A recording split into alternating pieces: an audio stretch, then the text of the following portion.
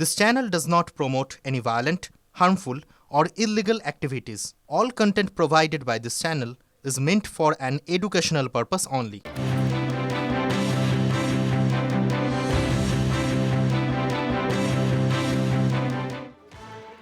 আর আজকের অবশ্যই আরও একটা বড় খবর, 2026-এর ভোটের খসড়া তালিকা প্রকাশ।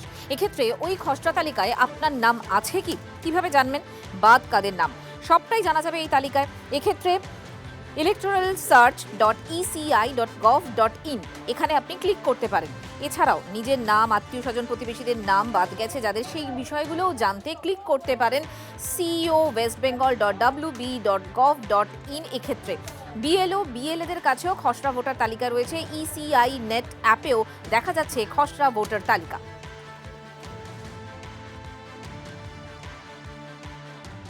এবার নির্বাচন কমিশন কিছুক্ষণ আগে সাংবাদিক বৈঠক করেছে এবং সেই সাংবাদিক বৈঠকে পরিষ্কার করে তারা দাবি করছেন যে স্বচ্ছতার সঙ্গে এই এসআইআর প্রক্রিয়া হয়েছে। নির্বাচন কমিশন জানাচ্ছে যে সুপ্রিম কোর্ট বিহারের এসআইআর চলাকালীন যে নির্দেশ দিয়েছিল সেই নির্দেশ মোতাবেক এসআইআর এর কাজ প্রত্যেক বুথে বুথে করা হয়েছে। কথা বলেছেন মুখ্য নির্বাচনী আধিকারিক Manoj Agarwal. Each and every voter who has not been included in the draft voter list will find his way in the ASDD list যেটা আছে। So this is 100% transparency যেটা আছে, যেটা বিহার ইলেকশন পরে সুপ্রিম কোর্ট যেটা অর্ডার দিয়েছিল ওটা ইলেকশন কমিশন আমাদেরকে নির্দেশ দিল, অ্যান্ড আমরা প্রত্যেক বুথে এটা ফলো করেছি। আর এবার প্রকাশিত হলো নাম বাদের তালিকাও। লগ ইন করলেই দেখতে পাওয়া যাচ্ছে কোন কোন নাম বাদ পড়েছে। আপনাদের জানিয়ে রাখবো 58,20,898 জনের নাম বাদের তালিকা প্রকাশিত হয়েছে। মৃত, স্থানান্তরিত, ডুপ্লিকেট এবং নিখোঁজ ভোটারের নাম বাদ। ওয়েবসাইটটা বলছি আরও একবার নোট করে নিন, electoralsearch.eci.gov.in। এখানে গিয়ে এপিক নম্বর দিয়ে সার্চ করলেই নাম দেখতে পাওয়া যাচ্ছে। নিজের নাম, আত্মীয় স্বজন, প্রতিবেশীদের নাম বাদ গেছে কিনা তা এই ওয়েবসাইটেই দেখতে পাওয়া যাচ্ছে। লগ ইন করলেই দেখা যাচ্ছে নাম বাদের তালিকা। ওয়েবসাইটে ক্লিক করলেই পিডিএফ ফরম্যাটে ডাউনলোড করা যাচ্ছে তালিকাও। বিজেপি একটা চক্রান্ত করছে, বাংলায় ওরা জিততে পারবে না জেনে নির্বাচন কমিশনের সাহায্যে ওরা এসআইআরকে ব্যবহার করার চেষ্টা করছে। আমরা শেষ পর্যন্ত লড়াই করব, তার কারণ এখনও 6 নম্বর ফর্মে ভোটার অন্তর্ভুক্তির সুযোগ আছে আর ম্যাচিংয়েরও সুযোগ আছে। আমরা পুরোপুরি চেষ্টা করব, তবে এই চক্রান্ত চলছে। আপনারা তো বিজেপির নেতাদের বক্তব্য দেখেছেন, সেখানে তারা ওই ভোটার বাদ দেবার কথা বলছে। আমরা বলছি সমস্ত ভারতীয় ভোটারদের নাম অন্তর্ভুক্ত করতে হবে, ত্রুটিমুক্ত ভোটার লিস্ট তৈরি করতে হবে। ভোটার লিস্টের শুদ্ধিকরণ হচ্ছে, আমাদের নতুন করে বলার কিছু নেই। সারা ভারতবর্ষে এসআইআর চলছে, আমাদের সঙ্গে আরো 11টি রাজ্যে এসআইআর হচ্ছে, কোথাও কোনো হইহল্লা নেই। কিন্তু পশ্চিমবঙ্গে বাবা ভাড়া পাওয়া যাচ্ছে, শ্বশুর বাবা হয়ে যাচ্ছে, এইসব বিভিন্ন রকমের তথ্য উঠে আসছে, শুনছি। খসড়া তালিকায় কি আপনার নাম নেই? নাম নেই কি আপনার আত্মীয় পরিজনদের? এবার আপনারা ভাবছেন নিশ্চয়ই যে এখন আপনারা কি করবেন, এবং সেই রাস্তাও কিন্তু বলে দিয়েছে কমিশন। অনলাইন বা অফলাইনে ফর্ম 6 পূরণ করুন, আপনার জন্মের প্রমাণ সংক্রান্ত নথি জমা করুন। ফর্ম 6A আবেদনের পর আপনাকে শুনানিতে ডাকবে কমিশন। শুনানিতে নথি দেখানোর পর তালিকায় নাম উঠবে আপনার। ভারতের বাসিন্দা হলে প্রমাণ থাকলে তথ্য যাচাইয়ের পর নাম তুলবে কমিশন। ভয় পাওয়ার কোনো কারণ নেই, স্পষ্ট কিন্তু জানানো হচ্ছে কমিশনের পক্ষ থেকে। খসড়া তালিকায় যদি আপনি আপনার নাম যদি না দেখেন, না পান, তাহলে চিন্তিত হওয়ার কিছু নেই। ওই অনলাইনেই আপনি ফর্ম 6-এ অ্যাপ্লাই করতে পারবেন, এবং অ্যাপ্লাই করার পরে আপনাকে হয়তো একটা শুনানির জন্য ডাকা হবে, এবং শুনানিতে আপনি কাগজ দেখানোর পরে সঙ্গে সঙ্গে সেটা আপনার নাম সেই রোলে তুলে দেওয়া হবে। সুতরাং কেউ যদি এখানকার বাসিন্দা হন, তার যদি রিজনেবল প্রমাণ থাকে, তাহলে কিন্তু ভয় পাওয়ার কোনো কারণ নেই। এবার একটা গুরুত্বপূর্ণ কেন্দ্র, ভবানীপুর বিধানসভা কেন্দ্র, মুখ্যমন্ত্রী মমতা বন্দ্যোপাধ্যায়ের কেন্দ্র। মুখ্যমন্ত্রী মমতা বন্দ্যোপাধ্যায়ের এই লিস্ট প্রকাশের পরে বৈঠকে ডেকেছেন বিএলএদের।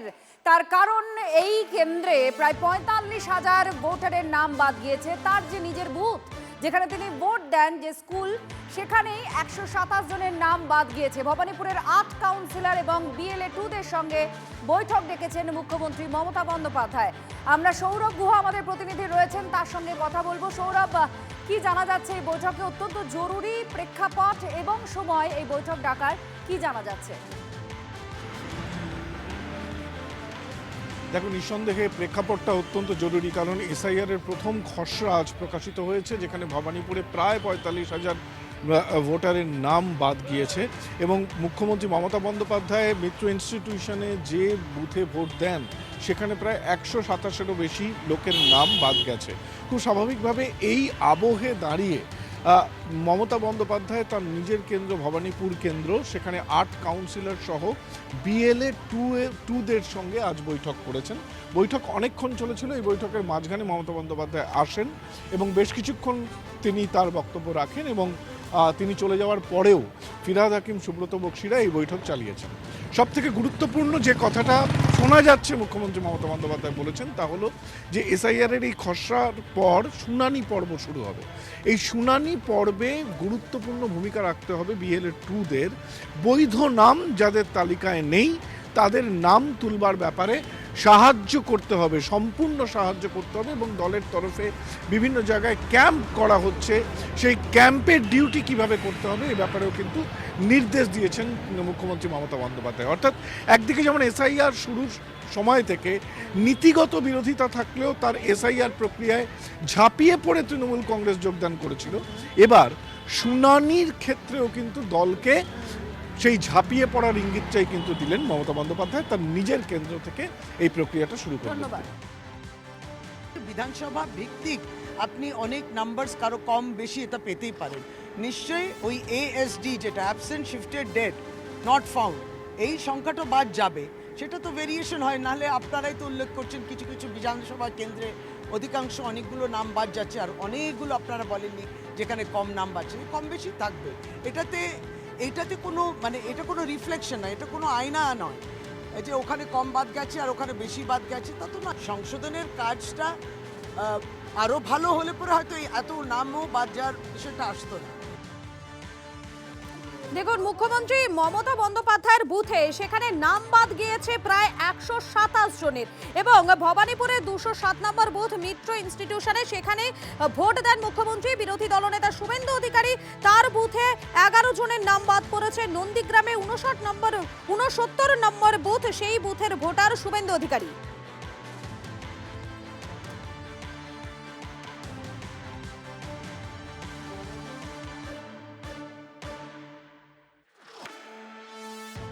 যে বুথে উনি ভোট দেন সেই বুথে ওনার ১২৭ জন নাম বাদ গেছে। এটা খুব বড় সংখ্যা। একটা বুথে ৮০০ থেকে ১২০০ ভোটার থাকে, সেক্ষেত্রে ১২৭টি নাম বাদ যাওয়া মানে শতকরা ১০%-এরও বেশি নাম, খুব বড় সংখ্যা। এবং উনি যে ভুয়া ভোট নিয়েই ওখানে যেতেন, এটা প্রমাণ হয়েছে। ৪৬,০০০ নাম বাদ গেছে। এসআইআর এর পর তৃণমূল আর বিজেপির মধ্যে ভোটের ফারাক আর রইল না, এমনই দাবি করলেন শুভেন্দু অধিকারী। তৃণমূলের সঙ্গে বিজেপির ভোটের ফারাক ছিল ২১ লক্ষের কাছাকাছি। এসআইআর এ এখনই ৫৮ লক্ষেরও বেশি নাম বাদ গেছে। ১৪ই ফেব্রুয়ারি চূড়ান্ত তালিকা প্রকাশিত হলে আরও নাম বাদ যাবে। আগে যা বলেছিলাম তার চেয়েও বেশি নাম বাদ যাবে, বিস্ফোরক দাবি শুভেন্দু অধিকারী। ২০২৪-এর ভোটে তৃণমূলের সঙ্গে বিজেপির ডিফারেন্স মাত্র ২১ লক্ষ। আমরা ২,৩৩,৭০,০০০ আর ওরা ২,৭৫,০০,০০০ আশেপাশে, অর্থাৎ ৪১ লক্ষ সামথিং ভোটারের গ্যাপ ছিল। সরাসরি লড়াই, যেহেতু সিপিএম ভোট কাটার কাজটা করে, কংগ্রেস তো আরো ছোট পার্টি, ভোট কাটার কাজ করে। মূলত তৃণমূল ভার্সেস বিজেপির যে লড়াই পশ্চিমবঙ্গে হচ্ছে, তাতে আমাদের সঙ্গে ওদের ডিফারেন্স ছিল ২১ লক্ষ। ৫৮ লক্ষ ভোট বাদ যাওয়ার মধ্য দিয়ে প্রমাণ হয়েছে যে ভারতীয় জনতা পার্টির সঙ্গে ওদের কোনো ডিফারেন্স এই মুহূর্তে নেই। ১৪ই ফেব্রুয়ারি ভোটার তালিকা বেরোলে ৩৫-৩৬ বছরের অভিজ্ঞতায় আমি বলতে পারি যে বিপুল সংখ্যক নাম আরো বাদ যাবে এবং সংখ্যাটা আমি আগে যেটা বলেছিলাম, আমি রিপিট করবো না আজকে, সেই সংখ্যার থেকেও বাড়বে। বিজেপির কথায় চলছে কমিশন, শুভেন্দু অধিকারীর মন্তব্য থেকেই তা পরিষ্কার। পাল্টা তৃণমূল মুখপাত্র কুণাল ঘোষের। আমি আবার বলছি যে এর থেকে প্রমাণ হয় এক, শুভেন্দুবাবু যেটা বলছেন তার থেকে প্রমাণ হয় এক, যে তাঁদের সঙ্গে জাতীয় নির্বাচন কমিশনের একটা আর্থিক সম্পর্ক আছে। জাতীয় নির্বাচন কমিশনকে তারা কার্যত দলের শাখা সংগঠনের মতো ট্রিট করছেন। ফলে তারা জানেন যে তাদের দেওয়া নির্দেশগুলো লোককে কীভাবে হ্যারাস করতে হবে। শুভেন্দুবাবুরা যে কথায় কথায় দিল্লি দেখাবে, সিবিআই দেখায়, ইডি দেখায়, এখন দেখাচ্ছে জাতীয় নির্বাচন কমিশন। শুধু বাংলার মানুষের সঙ্গে ওনাদের সম্পর্ক নেই, উন্নয়নের সঙ্গে ওনাদের সম্পর্ক নেই। ফলে বাংলার মানুষ ওনাদের প্রত্যাখ্যান করবেন। এবার আপনাদের দেখাবো কোন জেলা থেকে কতজন ভোটার বাদ গেলেন। দেখুন ধাপে ধাপে আমরা দেখাচ্ছি যে কোন কোন জেলায় কত সংখ্যক ভোটার বাদ গিয়েছেন। কোচবিহার থেকে 65,625, জলপাইগুড়ি 76,898, দার্জিলিংয়ে 1,16,372 ভোটার। কোন জেলায় কতজনকে ডাকা হচ্ছে সেই তালিকা আমি পড়ছি। কালিম্পংয়ে 11,415। এর পরবর্তী জেলা আপনাদের দেখাবো, ম্যাপিং না হওয়ায় শুনানি। আলিপুরদুয়ারে 47,726, উত্তর দিনাজপুরে 73,468, দক্ষিণ দিনাজপুরে 72,916, মালদায় 60,261। এর পরবর্তী জেলা আপনাদের আপনাদের দেখাচ্ছি। উত্তরবঙ্গ থেকে শুরু করেছি আমরা। মুর্শিদাবাদ 1,15,100, নদিয়া 2,70,791। খুব গুরুত্বপূর্ণ এই জেলাগুলো, কারণ এগুলো সীমানা ভাগ করছে বাংলাদেশের সঙ্গে। উত্তর 24 পরগনায় 7,32,865, দক্ষিণ 24 পরগনায় 3,27,817। এবং এরপরে দেখাচ্ছি আপনাদের কলকাতা উত্তর 1,38,723, কলকাতা দক্ষিণে 1,50,000 মতো, 5,039 জন। হাওড়ায় হচ্ছে 1,84,181, আর তার সঙ্গে সঙ্গে পশ্চিম মেদিনীপুর 63,000-এর একটু বেশি, পূর্ব মেদিনীপুর 44,444, পুরুলিয়ায় 37,000-এর বেশি, বাঁকুড়ায় 25,000-এর বেশি। বর্ধমান, পূর্ব বর্ধমানে 98,000, পশ্চিম বর্ধমানে 1,00,000 লাখের প্রায় কাছাকাছি, বীরভূম 63,000-এর একটু বেশি, ঝাড়গ্রাম 13,000-এর একটু বেশি। দেখুন এই যে খসড়া তালিকা প্রকাশিত হয়েছে, সেই খসড়া তালিকা প্রকাশিত হওয়ার পরে একটা বিষয় কিন্তু জানা যাচ্ছে যে এরপরেই শুনানি হতে চলেছে, এবং এই শুনানির জন্য ইতিমধ্যে প্রস্তুতি শুরু করে দিয়েছে কমিশন। 7 দিন পর শুনানি শুরু। হিয়ারিংয়ে কাদের ডাকা হবে এই বিষয়ে স্পষ্ট জানাবেন বিএলও রায়।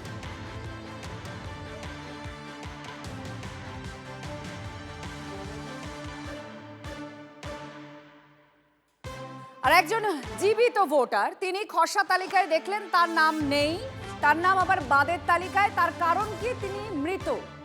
আবার তিনি কি না কাউন্সিলর তৃণমূল কংগ্রেসের। ডানকুনির ঘটনা আপনাদের দেখাচ্ছি। জীবিত কাউন্সিলর কমিশনের তালিকায় মৃত, এটা নিয়ে তদন্তের নির্দেশ দেওয়া হয়েছে কমিশনের তরফ থেকে। এসআরএফ যখন এই খসড়া তালিকা সামনে এলো তখন তিনি তাজ্জব বনে গেলেন আর নিজেই ছুটে গেলেন শ্মশানে। খসড়া তালিকা বেরোতেই ডানকুনিতে এই কাণ্ড। জেলা শাসকের থেকে রিপোর্ট চেয়ে পাঠিয়েছে কমিশন।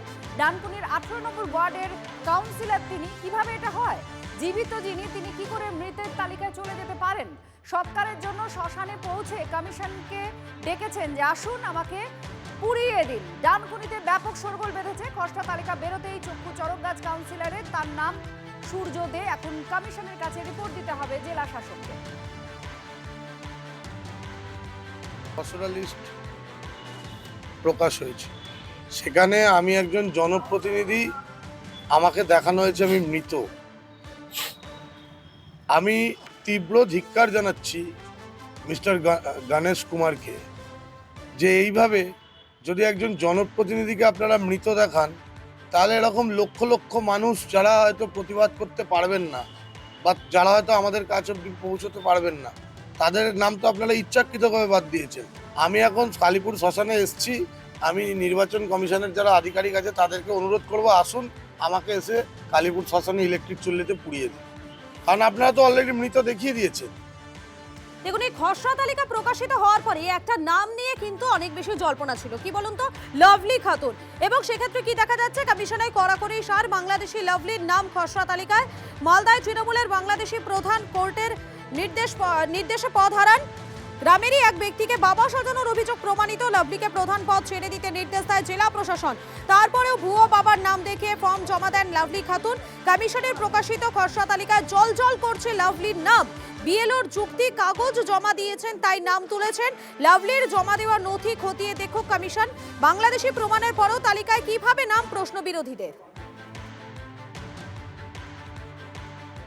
লাভলি খাতুনের নাম কি বাতিল করেছেন না হয়নি, আমি সেটাই জানতে চাইছি। হয়নি, বাতিল হয়নি। বাতিল হয়নি তো ওর যেগুলো ডকুমেন্ট সেগুলো কি আছে, প্রপার ডকুমেন্ট আপনার কাছে? ওর নাম তোলার ওর কাছে তো এক কপি আছে, এক কপি আমার কাছে আছে। ওর যা যা ডকুমেন্ট লাগার কথা সেই ডকুমেন্টগুলো আছে আপনার কাছে, তাই বলছি। ডকুমেন্টস তো নামা হয়নি, এমনি খালি ফর্মটা নিয়েছি। ওকে একটা রিসিপ্ট দিয়েছি, একটা আমার কাছে আছে।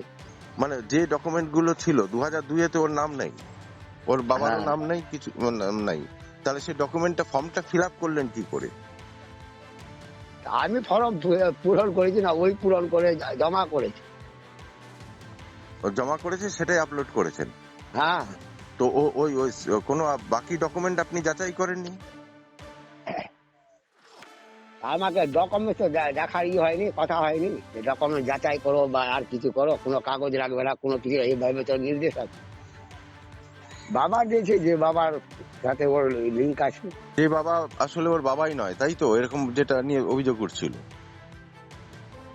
এরপরেও লাভলি খাতুনের নাম যখন আছে এবং জেলা কর্তৃপক্ষ কিংবা প্রশাসন যখন এটা কাটেনি, স্বাভাবিকভাবেই আমাদের বিরোধী দল হিসেবে আমরা যা যা করার সবটাই করব, ইলেকশন কমিশনকে আমরা জানাবো। কারণ ইলেকশন কমিশন একটা নিরপেক্ষ জায়গা, এখানে তো আমরা চাপ দিয়ে কিছু করতে পারবো না। তৃণমূল কংগ্রেস যেমন করেন আমরা সেরকম করি না, আমরা চিঠি পাঠাবো, অনুনয় বিনয় করব, তারা যদি না শোনে আমরা কোর্টে তাদের বিরুদ্ধেও যেতে পিছপা হব না। সেই জন্য এই জাতীয় লাভলি খাতুন আপনারা নিশ্চিন্তে থাকুন, সমস্ত জায়গায় যাদের যাদের বিএলওকে প্রভাবিত করে রাখা হয়েছে মালদা জেলায়, তাদের সবার নাম কাটা যাবে। এটা তদন্ত সাপেক্ষ ব্যাপার, সেটা আমি বলতে পারবো না, কিন্তু সেই বিষয়ে আমার জানাও নেই। কিন্তু আমাদের যেটা এটা উদ্দেশ্য যে কোনো জেনুইন ভোটার যাতে বাদ না হয়। হট করে এতজন গায়েব উধাও হয়ে গেল, মানে 500 জনের কাছাকাছি, 500, যাই হোক টোটাল সংখ্যাটা 800 আছে, তার মধ্যে 200 হয়তো মৃত হবে, 200 থেকে 250, কিন্তু বাকি ভোটারগুলো কোথায় গেল? 500 জনের কাছাকাছি ভুয়ো ভোটার, আমারও মনে হচ্ছে তাই। তো লিস্টটা আমি এখনই দেখব। এদের কোনো অস্তিত্বই ছিল না বলছেন? না, এদের তো অ্যাকচুয়ালি আমি ঠিকঠাক বলতে পারছি না এদের অস্তিত্ব আছে কিনা, মানে এদেরকে পাওয়া যাচ্ছে, এদেরকে পাওয়া যাচ্ছে। লাভলি খাতুন তিনি কেন রয়েছেন ভোটার তালিকায়, প্রশ্নটা উঠবেই। তার কারণ তিনি এদেশের নাগরিক নন। অনেক বিতর্ক হয়েছে, সেটা আপনারা জানেন। রাজনৈতিক বিতণ্ডাও চলছে খসড়া তালিকা প্রকাশের পর, কারণ লাভলি খাতুন এই খসড়া তালিকায় জল করছেন। কিন্তু নির্বাচন কমিশনের প্রক্রিয়া কি বলছে? নির্বাচন কমিশন সেক্ষেত্রে বলছে যে কেউ যদি অভিযোগ করে তাহলে তদন্ত হবে, কারণ ফর্ম যেই ফিল আপ করবে তার নাম খসড়া তালিকায় থাকবে। খসড়া তালিকায় থাকা মানেই যে কমিশন ডাকবে না এমনটাও নয়। শ্রাবন্তী আমাদের প্রতিনিধি আমাদের সঙ্গে আরো বিস্তারিতভাবে জানাচ্ছিলেন যে মনোজ আগরওয়াল যখন তাকে জিজ্ঞাসা করা হয় এই বিষয় নিয়ে, তিনি বলছেন যে এক্ষেত্রে বিএলওর ভূমিকাও খতিয়ে দেখা হবে, কারণ কেন ভেরিফাই করা হয়নি সেটাও দেখার প্রয়োজন রয়েছে। Any person who is a voter on 2710 or legal right আছে এটা enumeration form power, and after that if he signs then it is a legal right to come in the খসড়া তালিকা যেটা এসছে আজকে। এরপরে থিংস উইল ফলো। এরকম case আছে, যদি আমাদের কাছে দৃষ্টি আকর্ষণ হবে, ইয়া আমাদের ইন্টারনাল সফটওয়্যার থেকে আসবে, ইয়া ইসিআই সফটওয়্যার থেকে আসবে, আমরা ইনকোয়ারি করবো, ও লোককে ফোনে জানবো ইয়া বিএলও পাঠিয়ে জানবো কি আপনার কোনটা কোথায় থাকছেন আপনি। সেকেন্ড ফর্ম আপনি ভরেছেন, এ সেকেন্ড ফর্ম অন্য লোক ভরেছে, যদি উনি ভরেছেন তারপরে উনি দায়ী থাকবেন। উনি ভরেননি অন্য লোক ভরেছে, তারপরে আমরা ফাইন্ড আউট করবো বিএলও থেকে যে বিএলও এটা ভেরিফাই করেছেন, কোন ভিত্তিতে উনি ভেরিফাই করেছেন। বিএলও তো প্রত্যেক দিন ভেরিফাই করছেন, দুটো ফর্মই বিএলও ভেরিফাই করার পরে তো আপলোড হয়েছে, বিএলও তো নিজে অ্যাপ থেকে আপলোড করেছেন, তো উনি কেন করেছেন এরকম জিনিস আমরা জানতে চাইবো। আর এসআইআর খসড়া ভোটার তালিকা বেরোতে তৎপরতা এখন তৃণমূল কংগ্রেস সেক্ষেত্রে কি করছে? কাল থেকেই তারা মাঠে নেমে পড়ছে, কাজ শুরু করে দিচ্ছেন তৃণমূলের বিএলএরা। কালই শিলিগুড়িতে জরুরি বৈঠক, বিধানসভা ধরে ধরে পর্যালোচনা, বলছেন গৌতম দেব। কালকে আমাদের এখানে ডাবগ্রাম ফুলবাড়ি টাউনটা আর শিলিগুড়ি নিয়ে আমরা এখানে একটা আমাদের পর্যালোচনা সভা ডেকেছি। তাতে আমাদের ওয়ার্ড স্তরে, বুথ স্তরে আমাদের লোকেরা থাকবে। সেখান থেকে আমরা পরবর্তী কৌশল পর্যালোচনা 1 মাস টাইম আছে, ক্লেম অ্যান্ড অবজেকশন। আমরা এটা দেখে পুরোপুরি ক্লেম অ্যান্ড অবজেকশন এবং মানুষের যে অসুবিধা হবে, প্রচুর মানুষকে হেয়ারিংয়ে রাখা হবে, যেটা নো ম্যাপিং আছে, may I help you booth, সেগুলো পুরোটা কাজ করবে। আমরা নিজেরা মনিটরিংয়ে থাকবো। এই যে নো ম্যাপিং বিস্তর নাম, এইখানে বিস্তর গণ্ডগোল আছে, সেটা যাতে প্রপারলি কভার্ড হয় এবং এই জেনুইন ভোটারগুলো যাতে বাদ না পায় সেটা আমাদের দেখতে। শুভেন্দু অধিকারী হুঁশিয়ারি দিচ্ছেন, হুঙ্কার দিচ্ছেন যে এসআইআর এর পর সাফ হয়ে যাবে তৃণমূল কংগ্রেস। এসআইআর একটা সেমিফাইনাল আর 26-এ ফাইনাল হবে বলে তিনি বলছেন। সেমিফাইনালে জিততে পারলে ফাইনালে আরাম করে জিতবেন। এখানেও বিহারের মতোই সাফ হয়ে যাবে তৃণমূল। আসানসোলের একটি সভা, সেখান থেকে হুঙ্কার শুভেন্দু অধিকারী।